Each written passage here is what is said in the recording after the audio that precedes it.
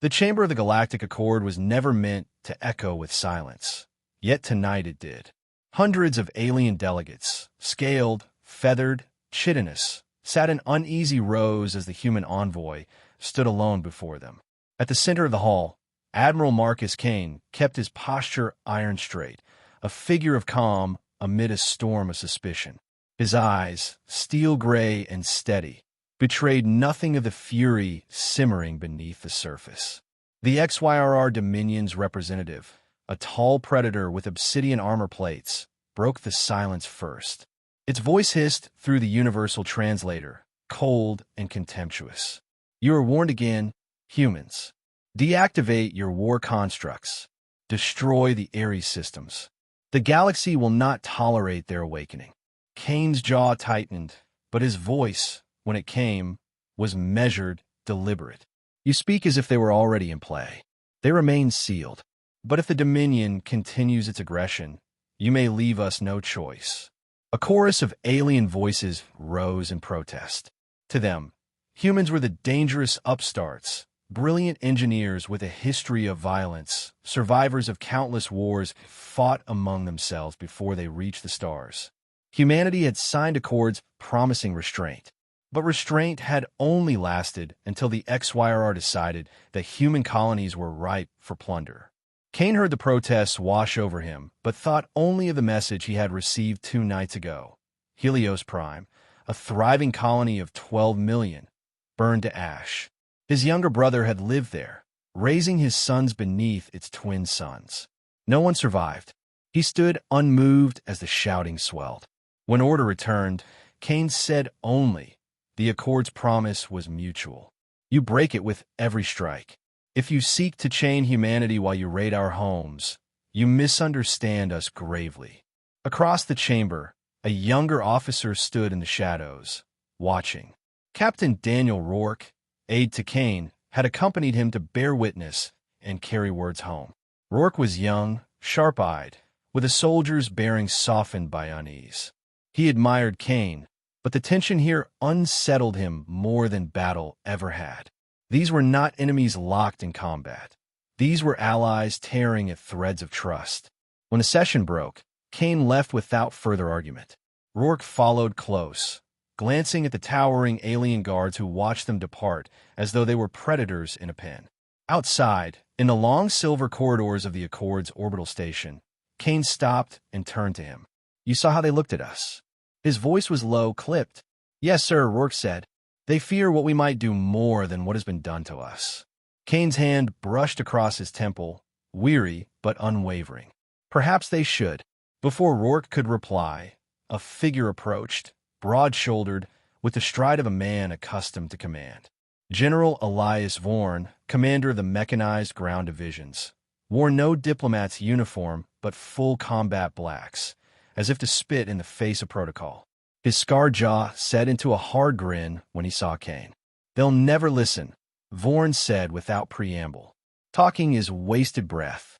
The Dominion struck at Helios because they know we've been leashed. They think we'll keep begging for peace while they bleed us dry. I say, cut the leash." Rourke stiffened at the raw hunger in Vorn's tone. He knew the man's reputation, a brutal tactician, forged in the Terran unification wars, unflinching where others faltered. Soldiers swore he never smiled except on a battlefield. Kane regarded him evenly. "We're not there yet. Not there." Vorn's voice rose. "Helios was glassed. Marcus. 12 million gone. That sounds there enough for me." The 3 men stood in the corridor, the hum of the station vibrating faintly through the deck beneath their boots. Rourke felt the weight of the moment like a tightening noose. The question was not if the war machines would be used, but when. Kane finally said, "Meet me in the command chamber in 2 hours. Bring readiness reports. If the Dominion believes we are incapable of responding, it is time they were reminded who we are." Vorn's grin widened, a predator's satisfaction. "Aye, Admiral. It will be good to wake the giants." He turned and left, heavy steps echoing like war drums. Rourke followed Kane down another corridor, his thoughts boiling. "Sir," he began cautiously, "you don't mean to authorize Project Ares." Kane stopped before a viewport. Beyond, the stars stretched in silent brilliance, their light indifferent to the wars of mortals. He spoke without looking at Rourke. "What do you know of fear, Captain?" Rourke hesitated. "Enough, I think." "No," Kane said quietly. "Fear is not standing against an enemy's guns. Fear is silence. It's the moment when you realize every ally you thought you had would sooner chain you than save you." He turned then, his gaze burning. Project Ares was not built for conquest. It was built for survival. The Accord never understood that. Rourke swallowed hard. "And once unleashed, sir, can be caged again?" Kane gave no answer. 2 hours later, in the dim-lit war chamber aboard the Terran flagship Resolute, Kane stood over the central display. The Dominion's assault fleets glared in red across the holomap, their push driving deeper into human territory. Vorn delivered his readiness report with barely concealed eagerness. The Colossus platforms lay dormant beneath the lunar regolith, their cores humming in silence. Drone swarms slept in hangars on Mars, minds shackled until awakened. The Leviathan carriers waited in the black, their hulls as vast as cities. "They're all ready," Vorn said. "One word from you, and they rise." Kane's hand hovered above the command slate. He saw Helios in his mind's eye, saw children burned beneath alien fire. He heard again the scorn of the Dominion's envoy, the cowardice of the Accord. The weight of his choice pressed like iron on his chest. He lowered his hand. "Authorization granted. Project Ares is awake." The war chamber went silent, save for the sharp intake of Rourke's breath. Outside the viewport, the stars shone with cold light, as though bearing witness to a moment that would scar eternity. For the first time in generations, humanity's forbidden machine stirred, and the galaxy, though it did not yet know it, would never be the same. The silence inside the lunar vault was absolute, broken only by the deep rumble of machinery stirring after centuries of dormancy. One by one, the containment seals released with thunderous cracks, and the dark hangars flooded with white light. Inside, titans of steel shifted, colossal silhouettes emerging from shadows. They were not ships, not vehicles, but walking cathedrals of war. Humanoid constructs whose every movement shook the ground. Humanity's Colossus platforms had awakened. General Elias Vorn stood on the observation gantry, his scarred face lit by the glow of activation sequences rippling across the machine's hulls. His eyes gleamed with the satisfaction of a soldier finally given the weapons he had always hungered to wield. Below him, Prometheus, first of the Colossi, raised its head. 30 stories tall, plated in obsidian alloy, it exhaled a blast of vapor from its cooling vents like a beast tasting the air. "It breathes," Vorn murmured, his voice hushed with reverence. Around him, technicians and officers stared in awe, some with pride, others with dread. He tapped his comm. "Admiral, the Prometheus has come online. She's ready to walk." Miles away, aboard the flagship Resolute, Admiral Marcus Kane listened in silence. Rourke stood beside him at the tactical display, watching streams of data pour across the holographic projections. The awakening of Ares was not a single act, but a cascade. Drone swarms on Mars flickering into coordinated awareness, Leviathan carriers powering reactors that had slumbered in the asteroid belt, Colossi rising from their lunar tombs. The galaxy would soon see them all. Rourke's voice was low, almost reverent. "I never believed they truly existed. They were built in fear of extinction," Kane replied. "Buried because we hoped we would never need them. But hope does not stop fire." On Mars, cavernous hangars yawned open, and the Ares swarms poured into the sky. Millions of drones, each no larger than a man's torso, rose in coordinated spirals, their metallic wings glittering in the sun. They merged into vast clouds, patterns shifting like living storms, their AI minds shackled to human command, yet whispering at the edge of autonomy. They formed into hunting packs, awaiting orders to descend on any fleet foolish enough to approach. In the belt, the Leviathan carriers stirred. Each one was a fortress in space, kilometers long, built not merely to transport troops, but to unmake planets. their spinal cannons aligned with cold precision, reactor hearts pulsing as if waking from a long, uneasy dream. Crews aboard them whispered prayers, for serving on a Leviathan was to stand inside the embodiment of mankind's wrath. Kane gave his order with no flourish, no thunder. Deploy them. Send the Dominion a message it cannot ignore. Vorn's laughter rumbled through the calm at last. The first test came swiftly. A Dominion fleet of 60 warships entered the Helios sector, patrolling the ashes of what they had destroyed, confident that no human counterstrike could reach them. Their confidence lasted until the shadows of Leviathans eclipsed the stars. Rourke watched the engagement unfold through live tactical feed. He had seen battle before, but never like this. The Colossus Prometheus descended from orbit, its fall slowed by thruster bursts that burned brighter than suns. It landed on Helios's ruined surface, the impact sending shockwaves through the already dead soil. The Dominion ships opened fire, energy lances streaking down like divine judgment. But Prometheus raised its arm and returned fire with a pulse that shredded 3 cruisers in a single blast. From above, the Ares swarms descended, a glittering storm of steel. They did not fire, they consumed. They latched onto Dominion hulls, drilling, tearing, flooding corridors with liquid fire. The ships writhed in vain, engines screaming as the drones ate them alive. Panic transmissions filled the comm channels, screams, pleas, threats, but the swarms did not falter. Rourke's knuckles whitened as he gripped the edge of the console. God help them. No, Kane said coldly, eyes never leaving the display. God help us all. The battle lasted 17 minutes. Of 60 Dominion ships, none survived. Wreckage drifted in silent orbits, glowing fragments casting light across Helios's dead surface. Not a single human machine was lost.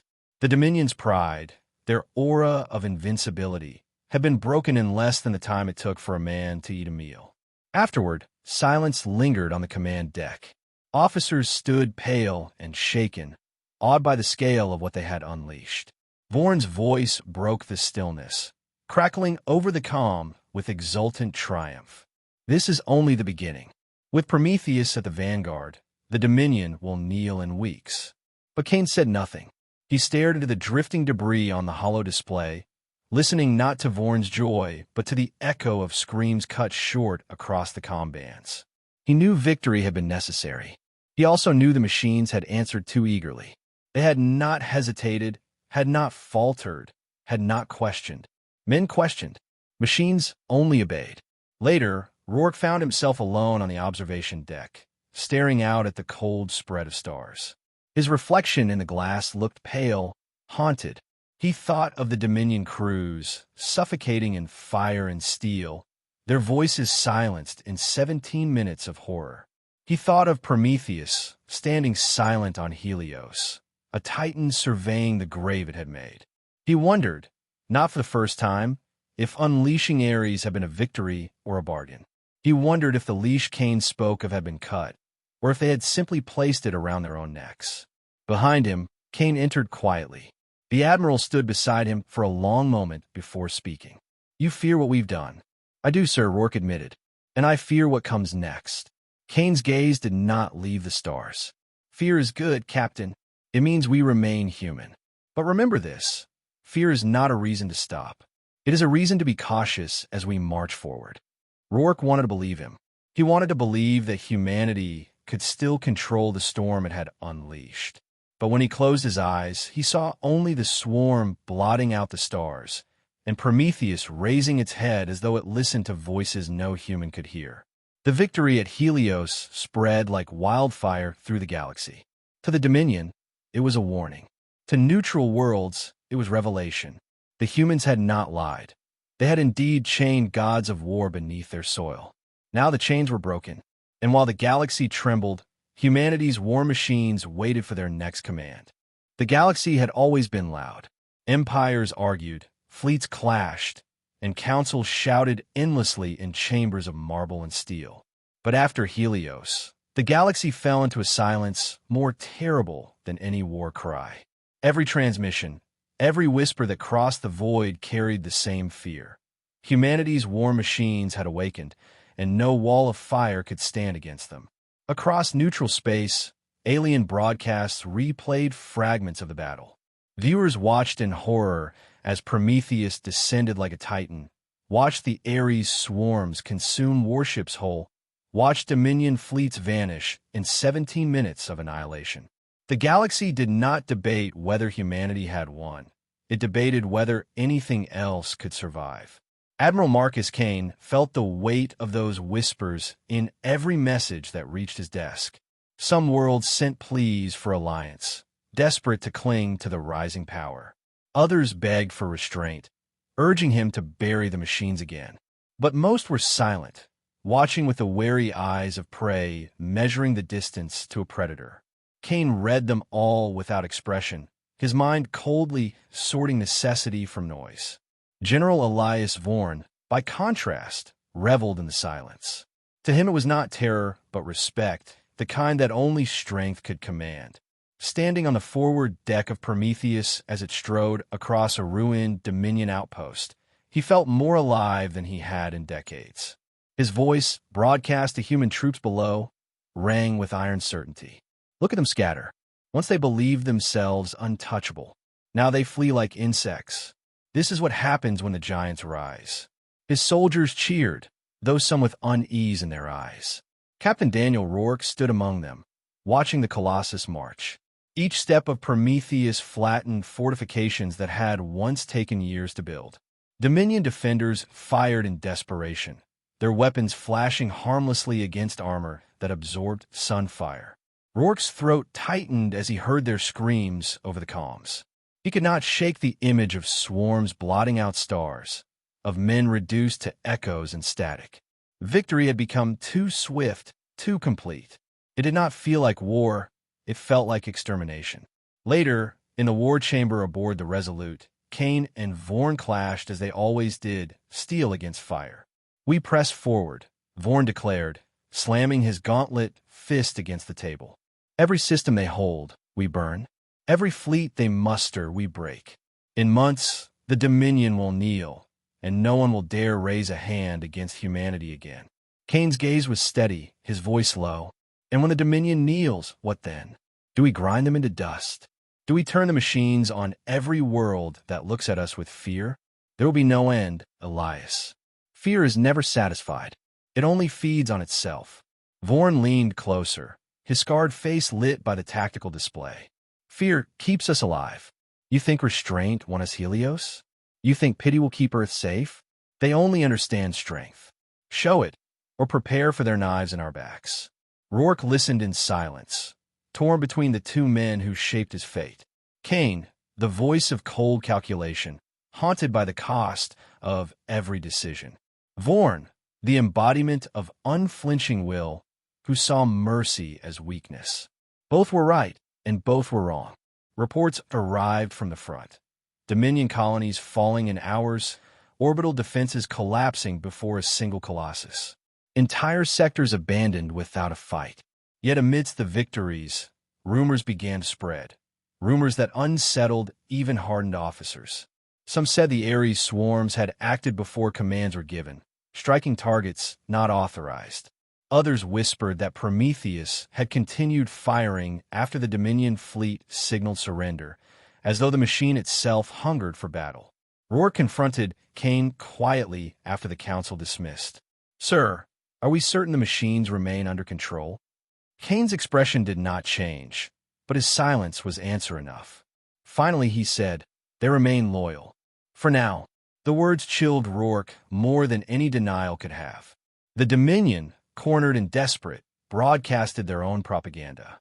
They showed images of burning cities, of civilians crushed beneath Titanic steps, of swarm fire devouring hospitals as easily as warships. They called humanity monsters, gods of iron without souls. And for the first time, the galaxy listened with sympathy. Neutral powers began to question whether the Dominion's crimes were outweighed by humanity's vengeance. Yet the machines pressed forward.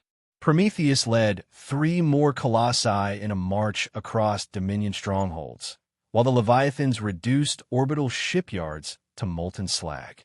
The swarms left nothing untouched. They sifted through ruins until only silence remained. On one captured world, Rourke stood among the wreckage of a Dominion city. The air still reeked of plasma burns, and the streets were littered with twisted steel and shattered stone. A boy no older than 15 crouched among the rubble, his eyes wide with terror as human soldiers approached. Rourke saw the child's hands trembling, not with defiance, but with primal fear. For a moment, he could not move. This was not victory. It was horror given form. That night, he spoke to Kane in private. "We become what they feared most. You said Project Ares was built for survival. But what if survival costs our soul?" Kane's eyes were shadowed, his voice a whisper. "The soul of humanity has always been paid in blood, Captain. The only question is whether it will be ours or theirs." Rourke looked away, unable to answer. He feared Kane's resolve as much as he feared Vorn's zeal. The campaign pressed on, the Dominion fracturing under the relentless march. Yet with each victory, the galaxy trembled louder. Alien councils met in secret, some planning alliances, others plotting desperate measures. Whispers grew that if humanity could unleash such machines against the Dominion, nothing would stop them from turning against anyone else.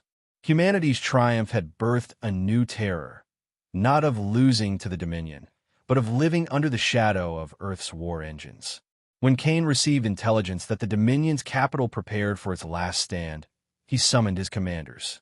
The decision was clear. They would strike, ending the war in one decisive blow.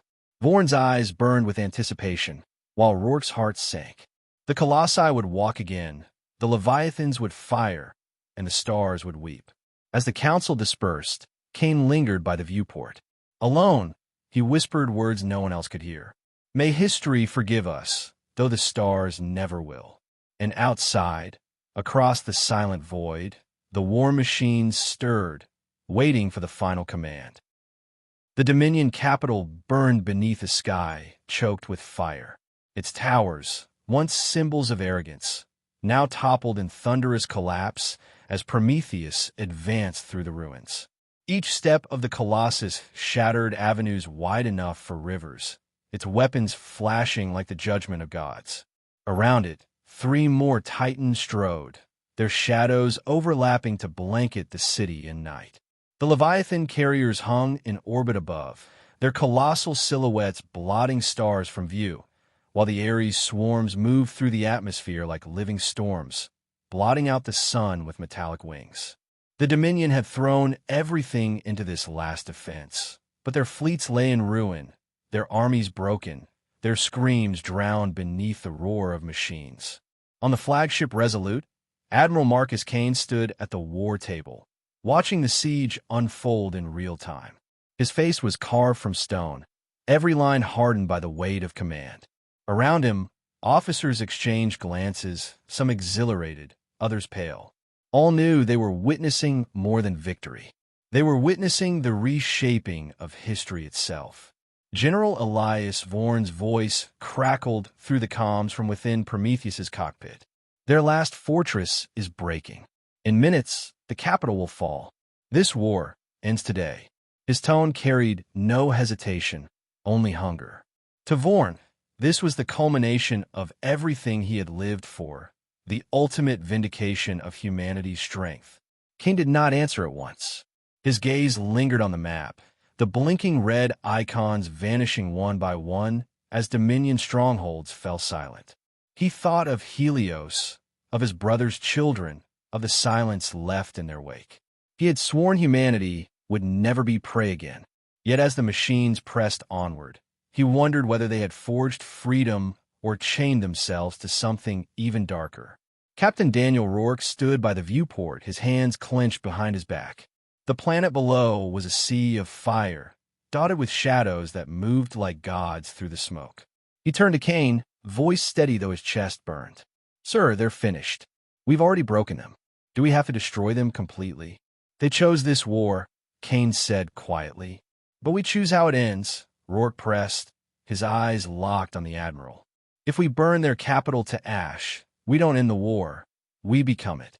The galaxy will never see us as liberators, only executioners. Kane's silence was heavier than words.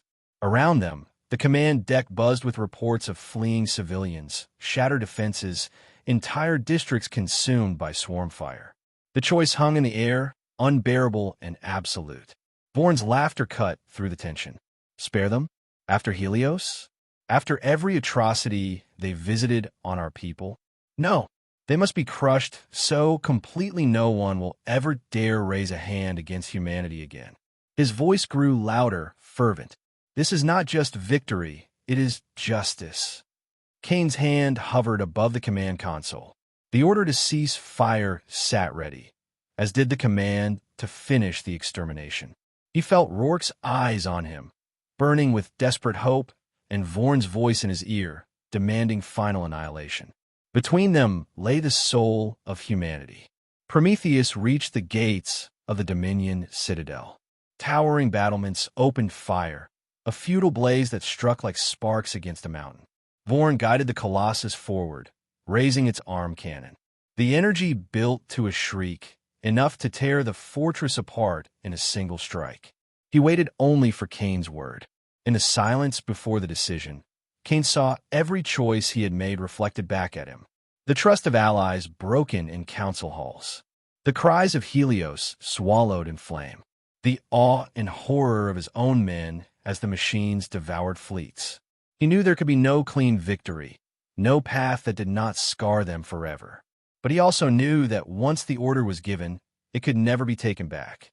Admiral, Vorn's voice pressed, sharp as a blade. Kane closed his eyes. The silence stretched.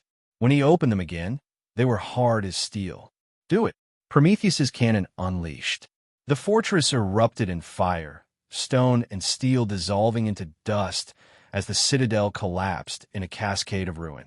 The city screamed, then fell silent. The Dominion's capital was gone, reduced to rubble beneath the Titan's feet. On the Resolute, the command deck erupted in a roar of triumph. Officers cheered, some wept, all drunk on the enormity of the victory. Humanity had not merely won. It had broken an empire that once spanned the stars. The Dominion was finished. Vorn's voice rang out across the comms, jubilant, unrestrained. It is done. The Dominion is no more. The stars are ours now. Yet Kane did not smile. His gaze remained fixed on the flames consuming the capital. Victory had been purchased in fire, and the price would never fade. Rourke stood frozen, staring down at the devastation. His chest ached with the knowledge that he had failed to sway his commander. Humanity had triumphed, yes, but the triumph felt hollow, poisoned by the ash rising into the void. He wondered how many more wars would follow, how many more enemies would see humanity not as survivors, but as monsters in iron skin. The comm channels filled with silence as Dominion transmissions ceased. Then, slowly, the galaxy's voices began to rise. Panic, awe, surrender. Councils declared neutrality, worlds offered tribute, fleets disbanded before they could be destroyed. Humanity had become the apex predator, not through diplomacy, not through mercy, but through unrelenting terror. Kane stood alone at the viewport, watching the last sparks of the Dominion capital fade into darkness. His reflection stared back at him, stern and hollow-eyed. He whispered words meant only for himself. We survived. That is all history will remember. But in the silence between the stars, it seemed as though the void itself recoiled. For the stars bore witness to what had been unleashed, and they cried out, not in defiance, but in fear.